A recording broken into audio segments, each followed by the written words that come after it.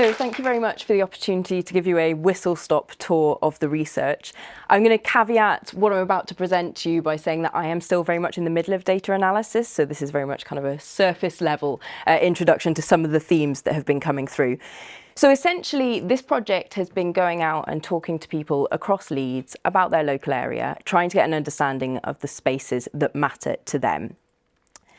And I've done that in two ways. So the first way is through walking interviews where people have met me for about an hour, walked me around their local area. And then there's also been an online mapping survey running where people can just drop a pin and tell me a little bit about that space. So in the middle, you can see the kind of work in progress of all the various different points that people have told me about or have dropped a pin on the map online. Now, I'm going to go through three key elements with you in terms of kind of initial findings. And the first of those that I'm going to start looking at is how the current control and regulation of spaces shapes how people interact with them.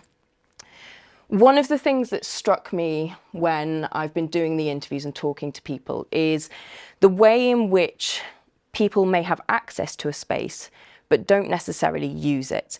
And often that comes down to whether or not the space feels welcoming or says, come in, stay, use me. So sometimes really simple things like the entrance or the fencing makes it feel like you shouldn't be going in there. Sometimes a bit more complex. So the Wyke Beck was a really interesting example.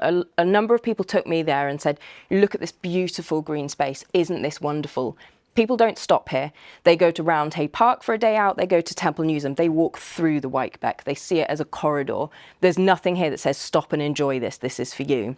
And interestingly, actually, I've put sitting areas on here, and it sounds really obvious, but actually sitting areas and benches being really fundamental to people to say, actually, no, stop. This space is for you. You can enjoy it. So those are just kind of some initial thoughts on that. In terms of looking at kind of how people connect with their local area and spaces that matter, the really dominant thing that came through was nature, outdoors and green space. So people walking me around their local area really wanted to take me to these places and say, look at this, isn't it amazing? How lucky am I that I have this on my doorstep? And that kind of came through. So, you know, some quotes here, people going to these spaces and saying, this is the first place I feel like I can breathe. Someone referring to the canal as a lifeline. So this idea that these spaces are really important for connecting with yourself, but also people talking about them as spaces for connecting with family or friends. And well-being and escape also being really dominant in that narrative. So, you know, lots of people talking about, this is where I come to get away.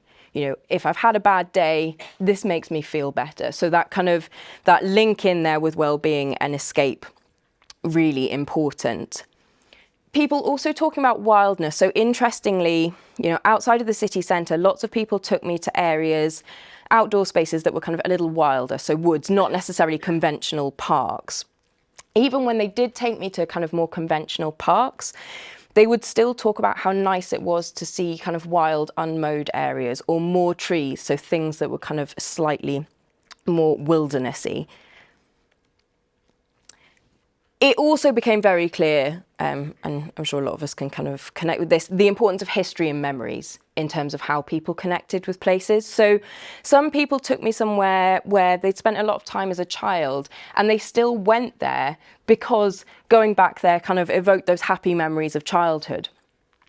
The third picture down, I don't know if you can see it, it's a picture of sort of some wooden benches outside Pizza Express in Leeds Dock.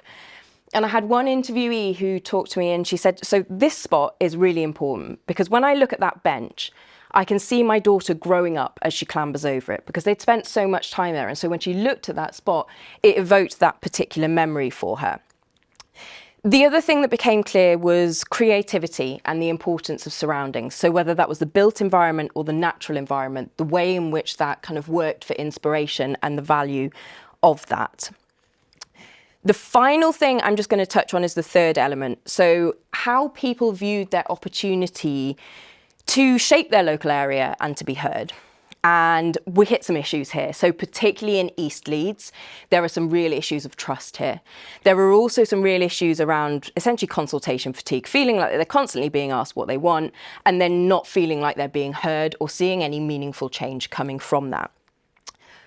Also a real frustration in East Leeds around the dominance of negative narratives. So interviews saying, there's so much going on here. It's so rich, there's so much culture. So one interview saying, Hare Hills should be the richest place in the world. We have so much. Yet those really negative narratives around those areas in East Leeds still really dominating.